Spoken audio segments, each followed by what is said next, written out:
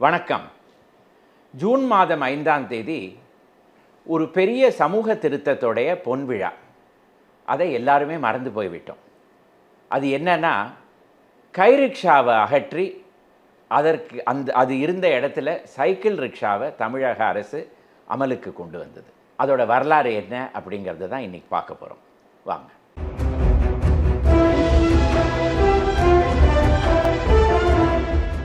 நம்ம புராணங்கள்லாம் ஒரு தேவதைக்கும் ஒரு வாகனம் உண்டு. உதாரணத்துக்கு மயில், சிங்கம், புலி, ஏன் எலி கூட ஒரு வாகனம் தான். அதில் ஒரே ஒரு தேவதைக்கு மட்டும் மனித வாகனம். அதாவது அந்த கடவுளை மனிதன் சுமந்து கொண்டு எல்லா இடத்துக்கும் எடுத்துகிட்டு போகிற மாதிரி. அந்த கடவுள் யார் அப்படின்னு பார்த்தோன்னா குபேரன். பணத்துக்கே அதிபதியான குபேரன். மனிதன் பேராசையால் கடவுளை தன்னுடைய தோளில் தூக்கிட்டு அலையிறான் அப்படிங்கிற மாதிரி ஒரு ஐதீகம் குபேரனுக்கு மட்டும்தான் உண்டு. ஆனால் மனிதன் சுமந்து கொண்டு ஒரு இடத்துலேருந்து இன்னொரு இடத்துக்கு இழுத்து கொண்டு போனான் அப்படிங்கிறது இந்த ரிக்ஷா அப்படிங்கிறதுல தான் நம்மளால் முதல்ல பார்க்க முடியும். 1879 வருடம் முதல்ல ஜப்பானில் ஜின் ரிக்ஷா அப்படிங்கிற பேரில் இந்த வண்டி தெரியப்பட்டது. அது ஜின் ரிக்ஷா அப்படின்னாலே என்ன அர்த்தம்? ஜின் அப்படின்னா மனிதன், ரிக் அப்படின்னா சக்தியால் இழுக்கப்படுறது, ஷானா வண்டி. அதாவது மனித சக்தியால் இழுக்கப்படுற வண்டிக்கு ரிக்ஷா அப்படின்னு பெயர். இது நாளடைவில் ஜப்பான், ஹாங்காங், சைனா இந்த மாதிரி இடத்துலலாம் பல பேர் இதை உபயோகிக்க ஆரம்பித்தாங்க. 1880களில் முதல்ல இந்தியாவில் சிம்லா அப்படிங்கிற நகரத்தில் இந்த கைரிக்ஷாவை பார்க்க முடிந்தது. அது எதற்கு வந்தது? அந்த காலத்தில் கோடை நாட்களில் அரசாங்கம் இந்தியாவுடைய தலைநகரான கல்கத்தாவிலிருந்து சிம்லாவுக்கு இடம் பெயற்றப்படும். 6 மாதங்களுக்கு இந்திய அரசு சிம்லாலேருந்து தான் செயல்படும். அலுவலகங்கள் எல்லாம் கல்கத்தாலேருந்து சிம்லாவுக்கு போய்விடும். அப்போது ஒரு சட்டம் சிம்லாவில் அமலுக்கு இருந்தது. அது என்ன சட்டம்? மோட்டார் வண்டி 1890களில் வந்த அந்த மோட்டார் வண்டி, அது முதல்ல 3 பேரால் தான் சிம்லாவில் மோட்டார் வண்டியில் வர முடியும், பவனி வர முடியும். அது யாருன்னு பார்த்தோன்னா இந்தியாவுடைய வைஸ்ராய், அரச பிரதிநிதி. 2வது இந்தியாவுடைய இராணுவத்தோட கமாண்டர் இன் சீஃப், அதாவது தலைமை தளபதி. 3வது பஞ்சாப் அப்படிங்கிற பிரதேசத்துக்கு ஆளுநராக இருந்த கவர்னர். இவங்க 3 பேர் தான் மோட்டார் வண்டி உபயோகிக்க முடியும் சிம்லாவில். மீதி பேர் எல்லாரும் குதிரை வண்டியோ நடைமுறையாக தான் எல்லா இடத்துக்கும் போகணும். வயதானவங்க என்ன பண்ணுவாங்க? அவங்களுக்காக முதல்ல ரிக்ஷா அமலுக்கு வந்தது.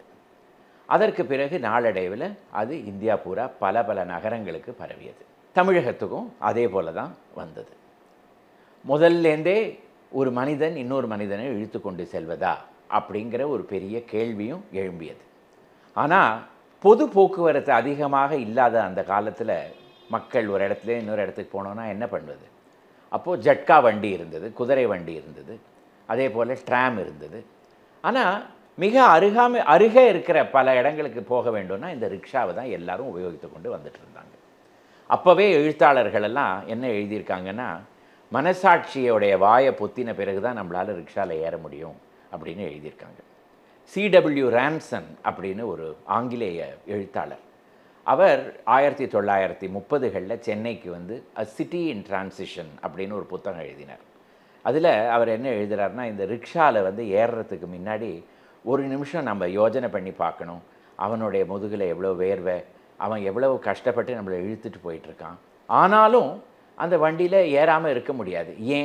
ஏன்னா அவனும் ஒரு சம்பாத்தியத்துக்காக தான் இந்த தொழிலில் ஈடுபட்டிருக்கான். அப்போது எதற்காக இந்த ரிக்ஷா, கை ரிக்ஷாங்கிற தொழிலுக்கு எதுக்கு மக்கள் வந்தாங்க? ஏன்னா அந்த காலத்தில் பஞ்சம் அடிக்கடி வரும். பஞ்சம் அடிக்கடி வரைச்சே இந்த நாட்டுப்புற பிரதேசத்தில் இருந்தவங்க எல்லாருக்கும் வேலை வாய்ப்பு இல்லாத ஒரு தருணத்தில் எல்லாருமே நகரத்தை தேடி வந்துடுவாங்க. அதில் பல பேர் இந்த மாதிரி ரிக்ஷா இழுக்கிற தொழிலில் ஈடுபட ஆரம்பித்தாங்க. அதுலேயும் எப்படின்னு பார்த்தீங்கன்னா, ரிக்ஷாவை வாங்கி வாடகைக்கு ரிக்ஷாவை இழுக்கிறவங்களுக்கு கொடுக்குற ஒரு ப்ராக்டிஸும் இருந்தது. அதாவது ரிக்ஷாவை ஒரு செல்வந்தர் வாங்கி விடுவார், 5-6 ரிக்ஷாவை. அதற்கு பிறகு அந்த ரிக்ஷா இழுக்கிறவங்க கிட்ட அதை வாடகைக்கு கொடுத்துருவார். அப்போது சென்னை மாநகராட்சி 2 லைசன்ஸ் வைத்திருந்தது ரிக்ஷாக்காக. அது எப்படின்னு பார்த்தோன்னா, ஒரு லைசன்ஸ் அந்த ரிக்ஷாவை சொந்தமாக வாங்கி கொள்வதற்கு, இரண்டாவது லைசன்ஸ் ரிக்ஷாவை இழுக்கிறதுக்கு. இந்த 2 லைசன்ஸையும் ஒரு ரிக்ஷாக்காரன் வாங்கிறதுக்குள்ள அவன் படாத பாடுபட்டு போயிடுவான். பல இடத்துல மாமூல் கொடுக்க வேண்டியிருக்கும். அதே போல் ரோட்டில் போயிட்டுருக்கிறச்சே திடீர்னு போலீஸ்காரன் வந்து நிறுத்தி உன்னோட லைசன்ஸ் எங்கே அப்படின்னு கேட்கலாம். அந்த லைசன்ஸ் எல்லாம் காகித லைசன்ஸ். ரிக்ஷாக்காரன் முக்கால்வாசி நேரமும் அந்த காலத்தில் ஒரு சட்டை கூட போட்டுட்ருக்க மாட்டாங்க. அவங்க வேர்வேல நனைஞ்சு அது லைசன்ஸ் எல்லாம் கிழிஞ்சு கூட போயிருக்கும். அப்போ அவங்கள இழுத்து கொண்டு போய் ஸ்டேஷனில் கொண்டு போய் உட்காத்தி வச்சுடுவாங்க. இந்த மாதிரியெல்லாம் நடந்துட்டு இருந்தது. அதை சித்தரிக்கும் முறையில் கொத்தமங்கலம் சுப்பு வைதிகர் பட்ன பிரவேசம் அப்படின்னு ஒரு சிறுகதையை எழுதினார். சில நாட்களுக்கு முன்னாடி சென்னைக்கு வந்தேன் அப்படின்னு திரு பழ அதியமான் அவர்கள் சென்னைக்கு முதல் முறையாக பல எழுத்தாளர்கள் வந்தபோது அவங்களுடைய அனுபவங்கள் என்ன அப்படின்னு சில கட்டுரைகளை ஒன்றா தொகுத்து வெளியிட்டார். அதில் ஒரு கதை வந்து இந்த சென்னைக்கு வந்தேன். அதில் வேம்பண்ணா அப்படின்னு ஒரு அந்தனர் கிராமத்துலேருந்து சென்னைக்கு வரார். அவருடைய நண்பர் அவரை ஸ்டேஷன்லேருந்து அழைத்து கொண்டு போவதற்காக வருகிறார். நடந்த சம்பவங்கள் எல்லாம் அந்த நண்பர் தான் வர்ணிக்கிறார். முதல்ல கை ரிக்ஷாவை பார்த்த உடனே வேம்பண்ணா கேட்குறாரு, இது என்னடா இது? ரிக்ஷா வண்டி என்னடா ஆச்சரியமாக இருக்குது, மாட்டையும் காணும், குதிரையும் காணும், போல் மரமும் குட்டையாக இருக்குது. ஏண்டா நெருப்பு கோழியை கட்டி விரட்டுறதோ? இல்லை அண்ணா, மனுஷனே இழுக்கிறது. கைவண்டியா? அப்படி சொல்லு. ஒரு மூட்டையை ஏற்றினா அப்படியே உட்காந்து போகுமே, அச்சு ரொம்ப லேசு. ஆனால் நம்மக்கிட்ட ஒன்றும் பாரம் இல்லை. இது பாரம் வண்டி இல்லை அண்ணா, மனுஷால் உட்கார்ந்து போகிறது. அடர் ராமச்சந்திரா, மனுஷன் இழுக்கிறதா? எல்லாம் பிரத்யட்சமாக பார்த்துப்படுறாங்க. ஏண்டா அவனுக்கு தான் வயத்து கொடுமை, ஏறி உட்கார்றவன் சம்மதிக்கலாமோ? இந்த ஊரில் இது ரொம்ப சகஜம் அண்ணா. சிவசிவா, பட்டணத்துக்கு வர்றதுன்னா பஞ்சதந்திர கதையில் குரங்காட்டமாக ஹிருதயத்தை ஊர்லேயே எடுத்து வச்சுட்டு வந்துட வேண்டியதுதான் போல இருக்குது. பார்த்தாலே போவோம், இதிலெல்லாம் ஏறக்கூடாது, வா வா அப்படின்னு சொல்லி அந்த ஆண்டவர் எடுத்துக்கொண்டு போய் விடுகிறார். இப்படியெல்லாம் நடந்திருக்கு அந்த காலத்தில். 1951 ஆண்டு மழை சென்னையில் அப்பப்போ வருமே. ஒரு 10-15 வருடங்களுக்கு நடுவில் ஒரு பெரிய வெள்ளம், எக்கச்சக்க மழை, அதை பற்றி எல்லாரும் எழுதுறது, இந்த மாதிரிலாம். அந்த மழைக்கு நடுவுலையும் நனைந்து கொண்டு ரிக்ஷாக்காரர்கள் எல்லாரையும் ஒரு இடத்துல இன்னொரு இடத்துக்கு, ஏன்னா வயத்து பழப்பு, அது இல்லைன்னா அவங்களுக்கு அன்றைக்கி சாப்பாடு கிடையாது. அதை பார்த்தவர் திரு எம்ஜி ராமச்சந்திரன் அவர்கள். அந்த வருடம் 6000 ரெயின்கோட், ஒரு ரெயின்கோட்டும் 10 ரூபா. அதாவது 1951 வருடம் 60,000 ரூபாய் செலவழித்து 6000 ரெயின்கோட் வாங்கி தமிழகத்தில் இருந்த அத்தனை ரிக்ஷாக்காரர்களுக்கும் அவர் வந்து இலவசமாக விநியோகித்தார். அந்த காலத்தில் அது ஒரு பெரிய தொகை. அதற்கு பிறகு இந்த மாதிரி ஒரு பழக்கம், ஒரு மோசமான ஒரு பழக்கம் தமிழகத்தில் இருக்கணுமா அப்படிங்கிற சர்ச்சை அடிக்கடி வந்து கொண்டே இருந்தது. அப்போது காமராஜர் அரசு 1950களில் ஒரு முடிவுக்கு வந்தது. அதாவது இலவசமாகவே கை ரிக்ஷாவை சைக்கிள் ரிக்ஷாவாக மாற்றுவதற்கு கடன் கொடுக்கப்படும் அப்படின்னு ஒரு முடிவு, வட்டி இல்லாமலே கடன் கொடுக்கப்படும் அப்படிங்கிற முடிவுக்கு வந்தது. ஆனால் இதை வந்து கடனை வாங்கிக்கிறதுக்கு முன் வந்தவங்க ரொம்ப குறைச்சனால மக்கள் தான். கை ரிக்ஷா தான் நிறையாக இருந்தது, சைக்கிள் ரிக்ஷா கொஞ்சமாக தான் இருந்தது. இது 1967 68 வருடம் வரையில் நீடித்து கொண்டே இருந்தது. அதற்குள்ளே இந்த சைக்கிள் ரிக்ஷா கொஞ்சம் கொஞ்சமாக அதிகரிக்கவே கை ரிக்ஷாவும் குறைந்து கொண்டே வந்து கொண்டிருந்தது. அப்போது கலைஞர் கருணாநிதி 1969 வருடம் திரு அண்ணாதுரை அவர்களுடைய காலமான பிறகு முதலமைச்சரான பொழுது அவர் ஒரு அறிக்கை கொடுத்தார். அதாவது கை ரிக்ஷா முற்றுமாகவே அகற்றப்படும், அதற்கு பதிலாக அரசாங்கமே சைக்கிள் ரிக்ஷாவை கொண்டு வரும், எல்லா கை ரிக்ஷா இழுக்கிறவங்களுக்கும் சைக்கிள் ரிக்ஷா இலவசமாக கொடுக்கப்படும் அப்படிங்கிற முடிவுக்கு வந்தார். இதற்காக பணம் எங்கேருந்து சேகரிக்கிறது? கழகமே வந்து திராவிட முன்னேற்ற கழகத்து தொண்டர்களே வந்து பணத்தை சேகரிப்பார்கள் அப்படின்னு கூறிவிட்டார். இதற்கு மொத்தம் அப்போ தேவைப்பட்ட பணம் 20 லட்சம் ரூபாய். அது ஒரு பெரிய பணம் தான், பெரிய தொகை. இதை வந்து கழக தொண்டர்களே எல்லா இடத்துலேருந்தும் சேகரித்தார்கள். அப்போது பல இடத்துல வந்து அவங்க வற்புறுத்தி பணத்தை வாங்கினாங்க. அதே போல் அரசாங்க அதிகாரிகள் எல்லாம் வந்து வரி கட்டுறவங்க கிட்டேருந்து பணத்தை வாங்கினாங்க அப்படின்னு சொல்லி சச்சரவெல்லாம் வந்தது, பல புகார்கள் எல்லாம் வந்தது. ஆனாலும் கட்டணம் சேகரித்து 20 லட்சம் ரூபாயும் அரசாங்கத்து கைக்கு வந்து விட்டது. 1973 வருடம் கலைஞர் அவர்களுடைய 50வது பிறந்த நாள் ஜூன் மாதம் 3ஆம் தேதி அன்று தான் தமிழகத்தில் 2000 கை ரிக்ஷா இன்னும் பாக்கி இருக்கிறதாக ஒரு கணிப்பு அரசாங்கம் வெளியிட்டது. அடுத்த 3 மாதங்களில் இந்த அத்தனை 2000 கை ரிக்ஷாக்களும் சைக்கிள் ரிக்ஷாவாக மாற்றப்படும் அப்படிங்கிற அறிக்கையும் அரசாங்கம் வெளியிட்டது. ஜூன் மாதம் 5ஆம் தேதி 1973 வருடம் ராஜாஜி ஹால் தோட்டத்தில் ஒரு விழா நடந்தது.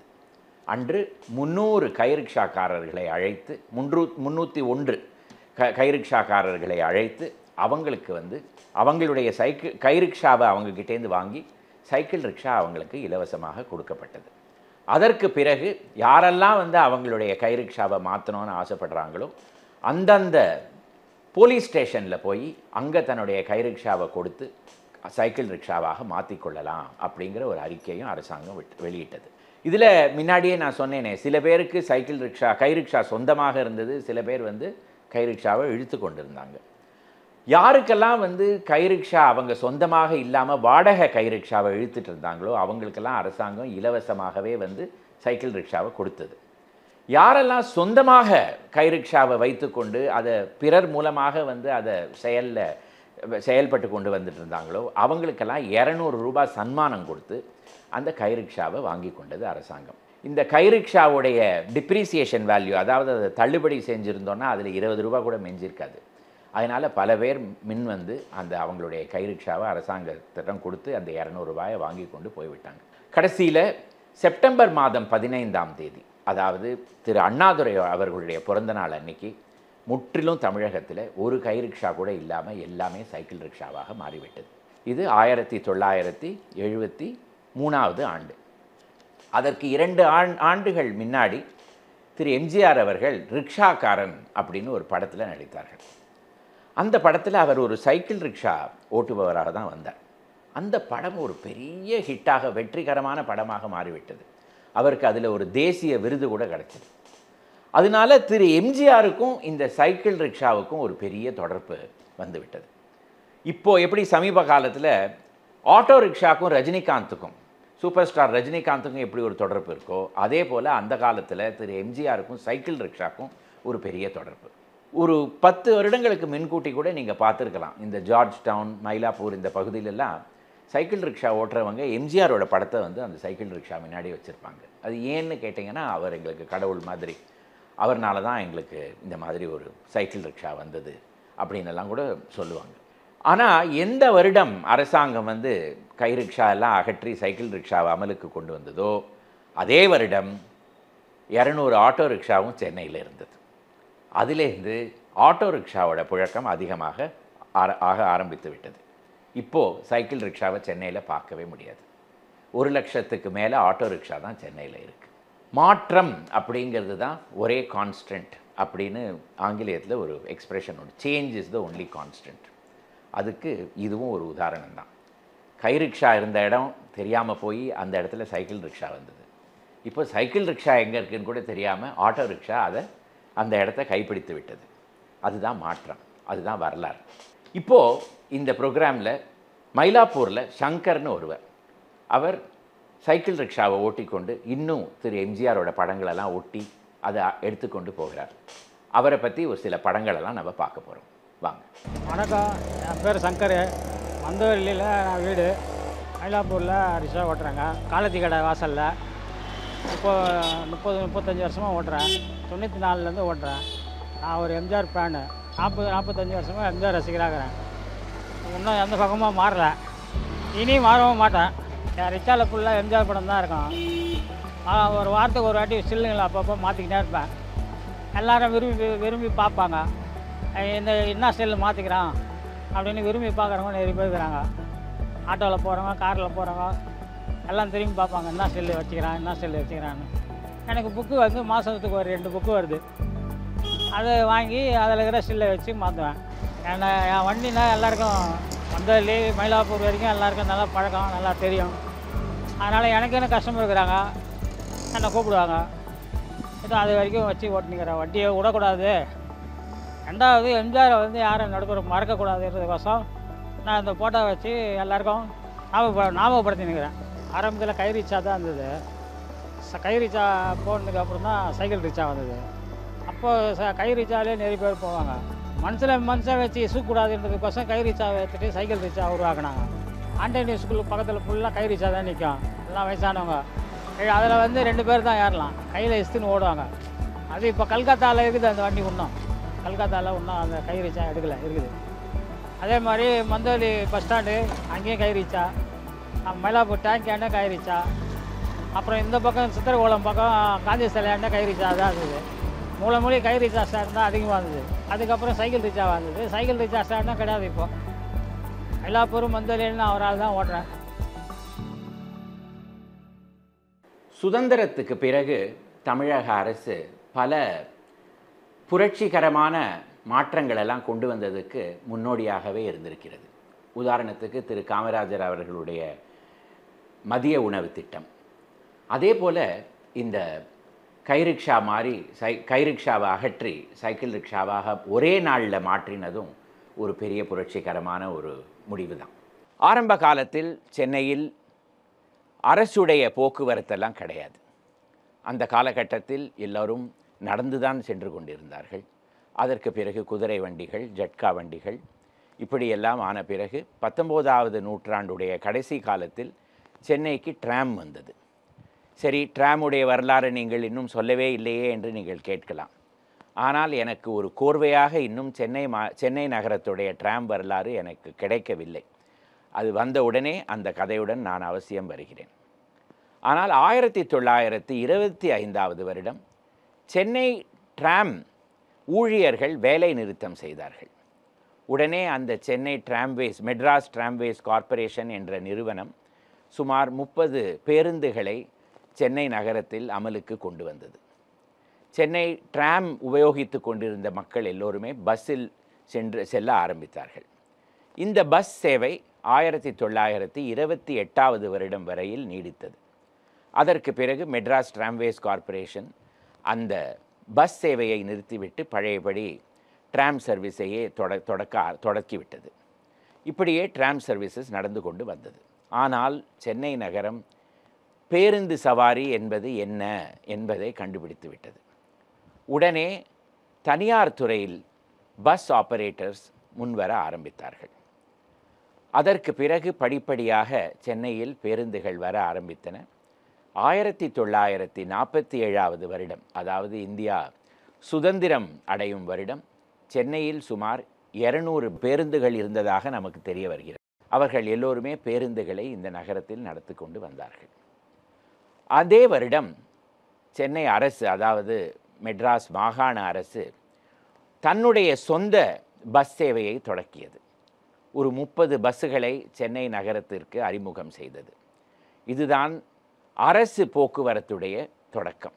அடுத்த வருடமே, அதாவது 1948வது வருடம், அரசு பிரைவேட் பஸ் ஆபரேட்டர்ஸ்கள் எல்லாருடைய பஸ்ஸையுமே விலைக்கு வாங்கி தேசியமயமாக்கிவிட்டது, அதாவது நேஷனலைஸ் செய்துவிட்டது. அந்த பஸ் சேவைக்கு மெட்ராஸ் கவர்மெண்ட் டிரான்ஸ்போர்ட் சர்வீஸ் என்று பெயர் கொடுக்கப்பட்டது. அதுக்கு ஒரு தலைமை செயலகம் தேவைப்படுமே. அதற்கு டிரான்ஸ்போர்ட் ஹவுஸ் என்று ஒரு கட்டிடம் கட்டப்பட்டது, பேண்ட் பிராக்டிஸ் ரோடு என்கிற ஒரு சாலையில். இந்த பேண்ட் பிராக்டிஸ் ரோடு எங்கே இருந்தது, இப்பொழுது எங்கே இருக்கிறது, மெட்ராஸ் ஜிம்கானா கிளப் எங்கே இருக்கிறது என்பது உங்கள் எல்லோருக்குமே தெரியும். அதற்கு எழுத்தப்புறத்தில் இருப்பது பாடிகார்ட் முனீஸ்வரர் ஆலயம். அந்த பாடிகார்ட் முனீஸ்வரர் ஆலயம் இருக்கும் சாலைக்கு இப்பொழுது என்ன பெயர்? பல்லவன் சாலை. அதுதான் ஒரு காலத்தில் பேண்ட் பிராக்டிஸ் ரோடு என்று பெயர் இருந்தது அந்த சாலைக்கு. அந்த இடத்தில் ஒரு டிரான்ஸ்போர்ட் ஹவுஸ் கட்டப்பட்டது. அதுதான் மெட்ராஸ் கவர்மெண்ட் டிரான்ஸ்போர்ட் சர்வீஸ், அதற்கு தலைமைச் செயலகமாக இருந்தது. அந்த காலத்தில் இந்த டிரான்ஸ்போர்ட் சர்வீஸ் அரசுடைய ஒரு துறை, அதாவது ஒரு டிபார்ட்மெண்ட்டாக இருந்தது. 1972வது வருடம் இதுவே பல்லவன் டிரான்ஸ்போர்ட் கார்ப்பரேஷன், அதாவது ஒரு போக்குவரத்து நிறுவனமாக மாற்றப்பட்டது. அந்த காலத்தில் நகரத்தில் மொத்தம் 1000 பேருந்துகள் இருந்தன.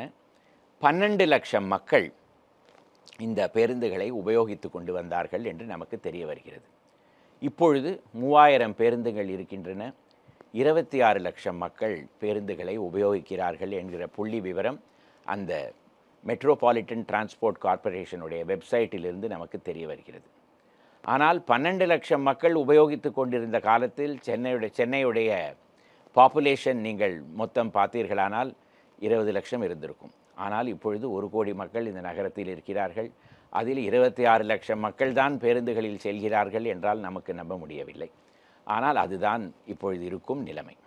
1947 வருடத்திலிருந்து அரசுடைய போக்குவரத்து ஆரம்பித்த பிறகு ஒரு பஸ் ஸ்டாண்ட் என்பதே கிடையாது. இப்பொழுதெல்லாம் நீங்கள் பார்க்கலாம், ஏதாவது ஒரு பஸ் நிறுத்தத்தில் போய் பார்த்தீர்களானால் பெஞ்ச் இருக்கும், மக்கள் உட்கார்ந்து கொண்டிருப்பார்கள், மேலே வெயிலிருந்து பாதுகாப்பாக ஒரு தகர ஷீட்டாவது இருக்கும், அந்த மாதிரி இருக்கும். ஆனால் அந்த மாதிரியெல்லாம் கிடையாது. அந்த காலத்தில் ஒரு கம்பம், அந்த கம்பத்துக்கு மேலே ரவுண்டாக ஒரு தகடு, அந்த தகடில் ஒரு பஸ்ஸுடைய வரைபடம், அதுதான் பஸ் ஸ்டாப்.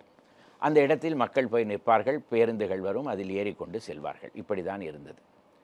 அந்த காலத்தில், அதாவது 1950களில் சென்னை நகரத்தில் மிக நெரிசலாக, அதாவது வர்த்தக நிறுவனங்கள் எல்லாம் இருந்த பகுதி, அதே போல் ஹைகோர்ட் இப்பொழுதும் இருக்கும் பகுதி பார்த்தீர்களானால் ஜார்ஜ் டவுன், அதாவது சென்னை 1. அந்த இடத்தில் பிராட்வே என்கிற பகுதியின் முனையில் பஸ் எல்லாம் நிறுத்த ஆரம்பிக்கப்பட்டன. நீங்கள் சென்னை நகரின் வரலாறில் நீங்கள் பார்த்திருப்பீர்கள், மக்கள் வசதிகள் எல்லாம் திட்டமிட்டு வளரவே வளராது, தானாகவே வளர்ந்துவிடும். அதற்கு பிறகு அரசாங்கம் மெல்ல மெல்ல அதில் உள்ளே நுழைந்து அதற்கு பிறகு என்னெல்லாம் வசதிகள் செய்யலாம் என்ற ஒரு முடிவுக்கு வரும். அதே போல தான் இன்ஃபார்மலாக, அதாவது தற்செயலாக பேருந்துகள் எல்லாம் ஒரு இடத்தில் ஆரம்பித்து விட்டன. அதே இடம் பிராட்வே. அதனால் அது பிராட்வே பஸ் டெர்மினஸாக மாறிவிட்டது. நகரத்தின் உள்புறத்தில் செல்லும் பேருந்துகள் எல்லாம் இந்த இடத்தில் நிற்க ஆரம்பித்தன. நாட்டுப்புறத்திற்கு செல்லும், அதாவது மொஃபிசில் பஸ் டெர்மினஸ், அதாவது மதுரை, திருச்சி, திருநெல்வேலி இந்த பகுதிக்கெல்லாம் செல்லும் பேருந்துகள் எங்கே நின்றன என்று பார்த்தோமானால் ஹைகோர்ட்டின் பின்புறத்தில் எஸ்பிளனேட் அப்படி என்கிற பகுதியில் பஸ் எல்லாம் நிறுத்தப்பட்டன. அந்த இடத்தில் ஒரு பூங்கா இருந்தது. ராஜா அண்ணாமலை மன்றத்திற்கு எதிர்ப்புறத்தில் ஒரு பூங்கா இருந்தது. 1936 வருடம் திருவாங்கூர் சமஸ்தானம், அதாவது திருவனந்தபுரம் அரசு எந்த ஜாதி தடையும் இல்லாமல் மக்கள் கோவில் உள்ளே செல்லலாம் என்ற ஒரு அறிக்கை விட்டதனால் அப்பொழுது இருந்த திருவனந்தபுர மகாராஜா சித்திர திருநாள் பலராம வர்மா அவர்களுக்காக சென்னையில் ஒரு சிலை எழுப்பப்பட்டது. அந்த சிலை இருந்த பூங்காக்கு டிராவங்கூர் மகாராஜாஸ் பார்க் என்ற பெயர். இந்த பார்க்குக்கு வெளியே இந்த நாட்டுப்புறத்திற்கு செல்லும் பேருந்துகள் எல்லாம் நிற்க ஆரம்பித்தன. அந்த இடத்திற்கு எஸ்பிளனேட் பஸ் டெர்மினஸ் என்ற பெயர் வந்தது. இதற்கு நடுவே சென்னை மாநகராட்சியில் ஒரே விவாதம், மக்களுக்கு பஸ் நிறுத்தும் இடத்திலெல்லாம் அமருவதற்கு ஏதாவது ஒரு வசதி செய்ய வேண்டும் என்று. 1957 வருடம் சென்னை மாநகராட்சி இனிமேலிருந்து எந்த இடத்திலெல்லாம் பேருந்துகள் நிற்கின்றனவோ அந்த இடத்தில் பஸ் அமரும் வசதிகள் செய்யப்படும் என்ற ஒரு முடிவுக்கு வந்தது. அதற்கு பிறகு பஸ் ஷெல்டர் எல்லாம் கட்டப்பட ஆரம்பித்தன. இந்த பிராட்வே பஸ் நிறுத்தம் ஒரு பெரிய விவாதத்துக்கு வந்தது. அந்த இடத்தில் ஜன நெரிசல் மிக அதிகமாக இருந்ததாகவும் ஏராளமான கடைகள் இருந்ததாகவும் எல்லாம் நமக்கு தெரிய வருகிறது. இப்பொழுதும் அப்படியே தான் இருக்கிறது. 1964 வருடம் சென்னை மாநகராட்சி மேயரான திரு வேலூர் நாராயணன் அவர்தான் முதலில் சிங்கார சென்னை என்ற பதத்தை உபயோகித்தார். அவர் கூறினார், அந்த இடத்தில் பேருந்துகளுக்கு மேலே, அதாவது பிராட்வே இருக்கும் இடத்தில் பேருந்துகளுக்கு மேலே கடைகள் தான் இருக்கின்றன, அந்த இடத்தில் எப்பொழுதுமே பழைய சாப்பாடு வாடை, குப்பை வாடை தான் இருக்கிறது என்று கூறியிருக்கிறார். அப்பொழுதிலிருந்து 1964 வருடத்திலிருந்து 1972 வரையில் சென்னை மாநகராட்சியில் விவாதங்கள் தொடர்ந்து நடந்து கொண்டே வந்தன. கடைசியில் அந்த பிராட்வேயில் ஒரு பேருந்து நிலையம் கட்ட வேண்டும் என்ற ஒரு முடிவுக்கு அப்பொழுது உருவாக்கப்பட்ட MMDA, அதாவது மெட்ராஸ் மெட்ரோபாலிட்டன் டெவலப்மெண்ட் அத்தாரிட்டி, இப்பொழுது நாம் அதை CMDA என்று கூறுகிறோம், அவர்கள் அந்த இடத்தை எடுத்துக்கொண்டு அந்த இடத்தில் ஒரு பஸ் டெர்மினஸை கட்டினார்கள். அதுதான் பிராட்வே பஸ் டெர்மினஸ்.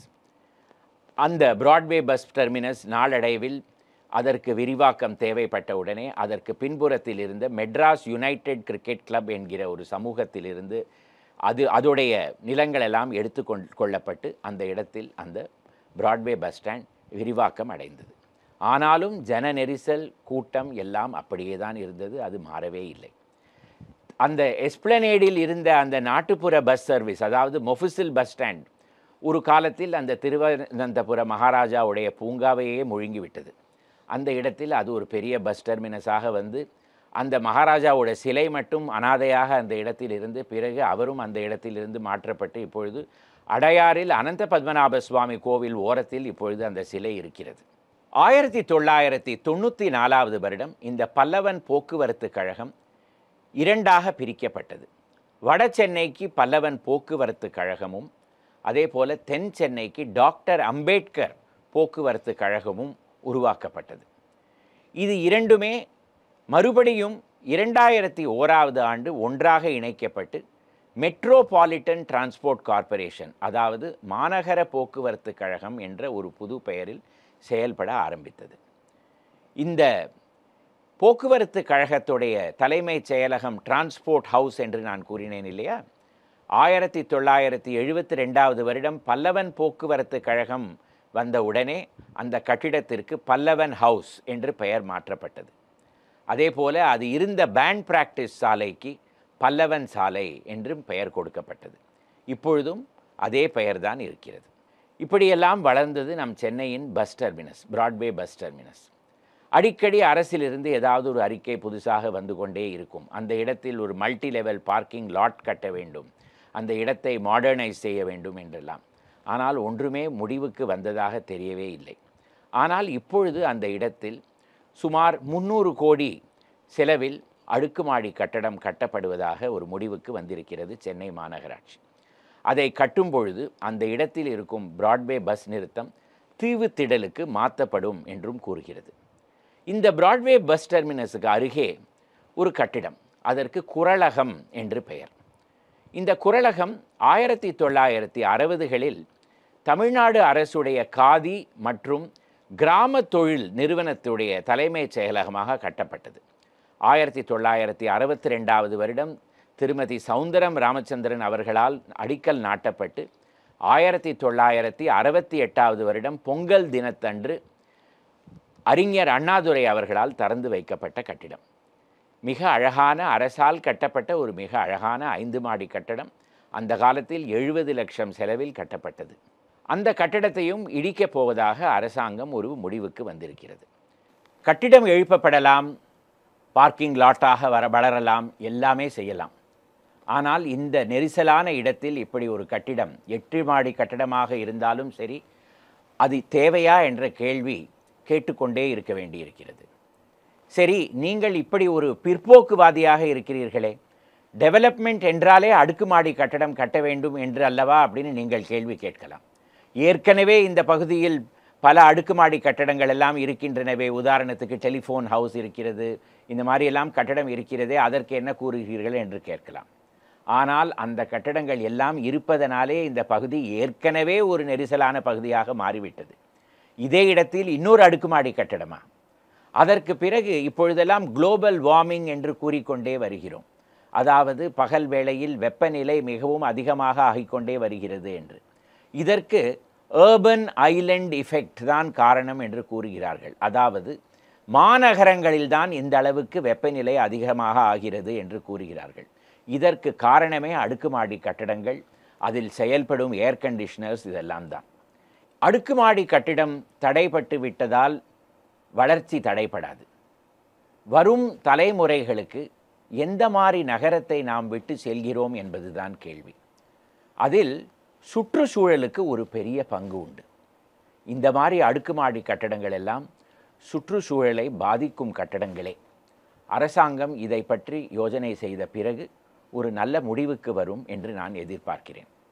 இந்த எபிசோட் உங்களுக்கு பிடித்திருந்தால் இதை லைக் செய்யவும், ஷேர் செய்யவும், இந்த சேனலுக்கு சப்ஸ்கிரைப் செய்யவும். இதே போல வர வாரங்களில் சென்னையின் வரலாற்றை பற்றி மற்றும் சில எபிசோடுகளுடன் வருகிறேன். நன்றி, வணக்கம்.